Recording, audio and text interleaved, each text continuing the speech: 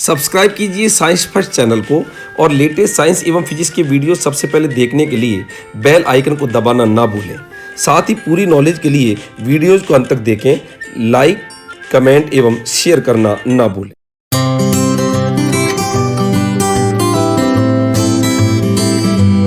नमस्कार दोस्तों, स्वागत है आपका साइंस फर्स्ट चैनल के अंदर।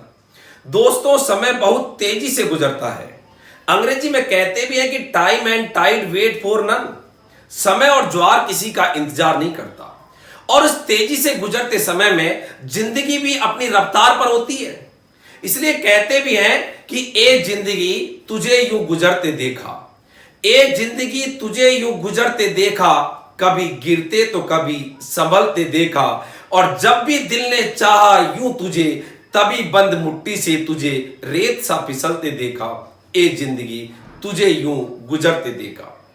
और दोस्तों, इस गुजरती जिंदगी के अंदर हमें बहुत सारे कार्यों का संपादन करना होता है। हमको बहुत सारे दिए गए दायित्वों को पूरा करना होता है और इन कार्यों के लिए आज मैं आपसे पूछना चाहता हूं कि कार्यों को हम ढंग से कर पाए, उसके लिए क्या डर जरूरी है? अब आप में से अधिकतर ही इसका आंसर ये बोलेंगे कि गुरुजी डर आवश्यक नहीं है, क्योंकि हमने तो सुना है कि डर के आगे जीत है, लेकिन ऐसा नहीं है। मैं आपको आज बताना चाहता हूं कि कार्यों को ढंग से कर पाए उसके लिए डर कैसा होना चाहिए और डर क्यों जरूरी है। ये डर के आगे जीत अपन बोलते तो हैं, लेकिन बीच में कुछ ना कुछ छिपा हुआ है, कुछ ना कुछ हिडन है, और ये जो छिपी हुई चीज है इसको सामान्यतः हम जानते ही नहीं है और सीधा सपाट बोल देते हैं कि डर के आगे जीत है। दोस्तों, इस दुनिया के अंदर दो तरह के डर होते हैं। एक होता है नेगेटिव फियर, अर्थात जिसको हम कहें कि ऋणात्मक डर, जो आपको हमेशा डिप्रेशन के अंदर लेके आता है। आप किसी काम को करने से पहले उसके फल के प्रति यदि आप सोचने लग जाते हो, हम तैयारी कर रहे हैं परीक्षा की, और परीक्षा की तैयारी करने से पहले हम ये सोचने लग जाए कि इसका रिजल्ट क्या होगा, क्या हमारी नौकरी लगेगी या नहीं लगेगी, हमारा भविष्य क्या होगा। इस प्रकार की सोच कि यदि हम करते हैं तो ऐसी स्थिति में भविष्य के प्रति यदि हम पहले से चिंतित हो गए, अर्थात आप फल के लिए पहले से चिंतित हो गए, ऐसा डर हमेशा ऋणात्मक डर कहलाता है और यह हमेशा डिप्रेशन लेके आता है, जिसको हम फोबिया भी बोलते हैं। परीक्षा से पहले इतना बड़ा आपने डर सवार कर लिया कि आप उसकी तैयारी नहीं कर रहे, आप उस परीक्षा के परिणामों के ऊपर गौर करने लग गए। और ये जो एग्जामिनेशन फोबिया होता है, या इसको अन्य कार्यों के अंदर भी ले सकते हैं, ये फोबिया हमेशा मनुष्य को दबा देता है, खत्म कर देता है। इस प्रकार का डर नेगेटिव फियर कहलाता है। लेकिन एक दूसरे प्रकार का फियर होता है, ये आवश्यक भी है, और उससे अपन बोलते हैं पॉजिटिव फियर, धनात्मक डर। ये धनात्मक जो डर होता है, क्या होता है और क्यों आवश्यक है, जरा सोचिएगा। आप सोचिएगा कि जब हम सुबह उठे और उठ के हमने थोड़ा सा प्लान किया कि आज मुझको ये पढ़ाई करनी है, आज मुझको इतना चैप्टर कंप्लीट करना है, मुझे ये सब्जेक्ट करने हैं, तो ये जो आपने मन के अंदर एक हल्का सा फियर पैदा किया, और वो ये जो फियर है ये आपको पढ़ाई करने के लिए लगातार दिन भर प्रेरित करता रहेगा। इसे हम बोलते हैं धनात्मक डर। एक ऐसा डर जो आपको किसी भी काम को करने के लिए प्रेरित करता है, आपके अंदर उत्साह उत्पन्न करता है, ये जो डर होता है इसे हम धनात्मक डर बोलते हैं। और मैं आपको बताऊं, यदि ये डर ही पैदा नहीं होगा, आप उठे और आपके अंदर कोई डर ही नहीं है, दिन भर अपन ऐसा ही निकाल देंगे पूरा ही डर, और हम पढ़ ही नहीं पाएंगे। और ऐसी स्थिति में यदि वो डर पैदा नहीं होगा तो ऐसी स्थिति में अपन दिन भर अपने समय को ढंग से काम में नहीं ले पाएंगे। इसलिए ऐसा डर जो आपको किसी काम के लिए प्रेरणा दे, एक उत्साह दे, एक हौसला दे, आपके अंदर आपको ताकत बनाए, ऐसा जो डर होता है इसको हम बोलते हैं धनात्मक डर। आप सोचिएगा, घर में माँ बाप, हम सोते रहते हैं सुबह, लेकिन वो जल्दी उठते हैं तो उनके अंदर एक डर है कि हमको जल्दी उठ के हमको पानी भरना है, नहीं तो पानी जो है नल चला जाएगा। उनको डर रहता है कि बच्चे का टिफिन तैयार करना है, ये डर है। और ये जो डर है ये उनको काम के लिए प्रेरणा देता है। उस डर से वो उठे और अपने कामों को ढंग से अंजाम दे दिया, और उस काम को उन्होंने ढंग से कर भी लिया। इस प्रकार का जो डर होता है इसे हम बोलते हैं धनात्मक डर, और इसलिए कहते हैं कि धनात्मक डर आवश्यक है। और इस डर का जो उल्लेख है ये रामचरितमानस के अंदर भी किया गया है, शास्त्रों में भी इस डर का उल्लेख किया गया है।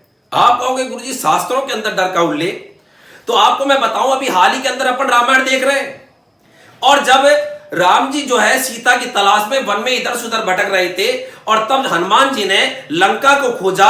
तो ऐसी स्थिति में राम जी जब अपनी सेना को कूच करने का आदेश देते हैं कि लंका पर हम कूच करेंगे, लेकिन रास्ते के अंदर समुद्र आ जाता है और समुद्र आ जाता है। उस समुद्र को क्रॉस कैसे करें, निकले कैसे उस समुद्र से? तो वहां पर उस समुद्र को पार करने के लिए भगवान उस समुद्र के आगे हाथ जोड़ के खड़े हो जाते हैं। इस सृष्टि के रचयिता के द्वारा उस समुद्र के आगे आज विनती करनी पड़ रही है, याचना करनी पड़ रही है, प्रार्थना करनी पड़ रहा है, निवेदन करना पड़ रहा है। और यहां पर रामचरितमानस में तुलसीदास ने सुंदरकांड के अंदर इन दोहे के रूप में इन पंक्तियों को उल्लेखित किया है और जो बताता है कि कैसे डर आवश्यक है। और यहां पर बोलते हैं कि विनय न मानत जल्दी जड़े गए 3 दिन बीत। कि विनय न मानत, विनय से, आराधना से, प्रार्थना से, विनय न मानत जल्दी जड़े, जलती का मतलब समुद्र, और जड़ समुद्र जो जड़ रूप का है अर्थात दृढ़ है, उस पर कोई फर्क नहीं हुआ। कि विनय न मानत जल्दी जड़े गए 3 दिन बीत। 3 दिन बीत गए भगवान को हाथ जोड़ के खड़े खड़े उस समुद्र से याचना करते हुए।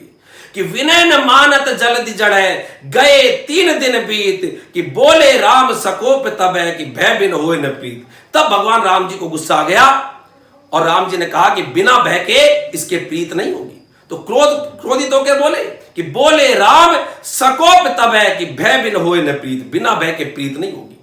इसके अंदर अपना तो नहीं आएगा। तो लक्ष्मण को आदेश दिया कि तीर कमान लेके आ और अभी अग्निबाण से समुद्र को ही मैं सुखा देता हूं।